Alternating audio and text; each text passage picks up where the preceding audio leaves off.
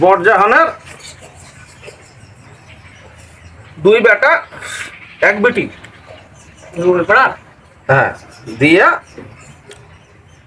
বেটিটা জন্ম নিল লোয়ার 2 মাসের মাথায়। বরজাহান বললো যে আমার বেটি হয়েছে একটা বেটা, তারপরে কিন্তু বেটিটা আমার বেটি হয়েছে, বেটি আমি পুষতে পারবো না, এত ভারী লেগে গেছে। দিয়া বেটিকে পাঠিয়ে দিল নানার বাড়ি মানুষ হইতে। নানার বাড়ি মানুষ হয়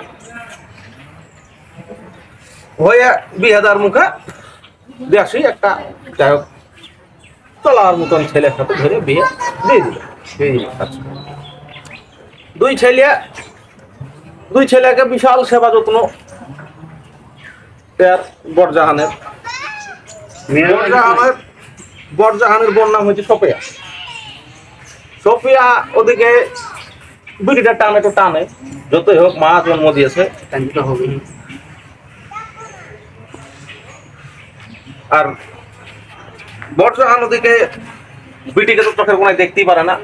একদিন বেটি গেল বাপের কাছে, কারণ একটু অবস্থা খারাপ, গরিব ঘরে বিয়ে দিয়েছে, দিয়ে বাপের কাছে গেল যে আব্বা এরকম একটু অসুবিধাতে পড়েছি, 5000 টাকা দিও। এই কথা বলে মেয়ে তো যাতেই পারে। বাপে উঠে বলল 5000 টাকার লেগে। বাপে উঠে বলল তোমার ভাইদেরকে কবর দেও, দিয়ে নিয়ে যাও। বাপের কথা এটা 5000 লেগে, 5000 টাকার লেগে, এটা বাপের কথা, জীবনে প্রথমবার। কানতে কানতে মেয়ে চলে আসলো। স্বামীকে এসে বললো এই ব্যাপার। স্বামী বললো এখন কপাল তোমার, কি করবা বলো। দিয়ে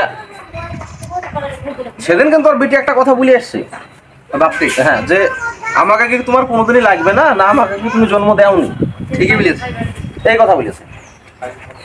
তো বাপে উঠে বলেছে যে না তোমাকে লাগবে না, 5000 টাকা লাগে। হ্যাঁ, আর ছেলেদেরকে বিশাল সেবা যত্ন, মাছ টুকুন নিয়ে আসা, বেদানা টুকুন নিয়ে আসা, আপেল টুকুন নিয়ে আসা, ছেলের বেটার বউ হয়েছে, বিটি হয়েছে, সব হয়েছে, কিন্তু বিটির বেটা বেটিকে কিন্তু কোনো রকম কোনো দেওয়া থাওয়া নাই, খোঁজ খবর লেয় না।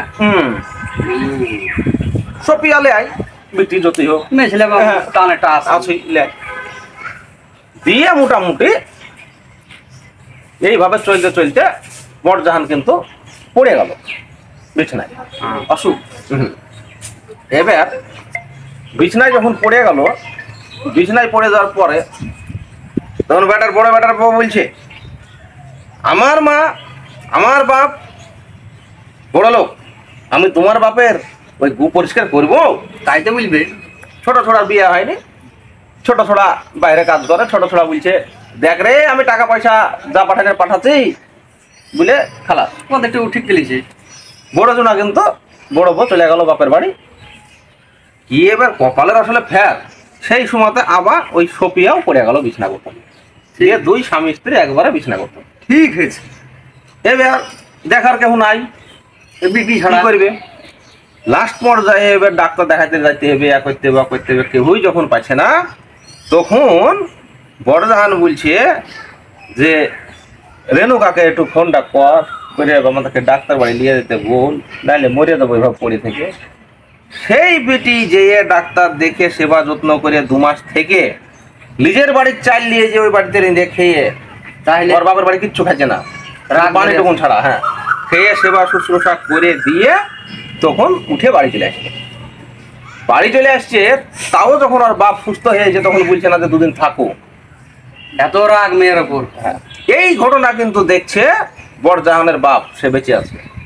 অমনি যে বরজাহানের বাপ একদিন করলো কি, তো ওরা কিন্তু জমি জায়গা তো দেয়নি, রেজিস্ট্রি অফিসিয়ালি এই যে ঘাস করে 1 বিঘা 3 কাঠার দাগ একবারে ওই মেয়ের নামে, রেণুকার নামে তুলে দিল, দিয়ে দাদু ছেড়ে দিল। ভালো কাজ করেছে। তো কিছু কিছু শুহুর লোক থাকে যারা শিক্ষা পেয়েও বুঝে না, তো এই বরজাহান হচ্ছে এইরকম কোয়ালিটির লোক। আর আমরা গল্পতে যে নামগুলো ব্যবহার করি সেগুলো হচ্ছে সমস্ত কাল্পনিক, এতে কারোর সাথে যদি মিলে যায় তো দুঃখ পাওয়ার কিছু নাই।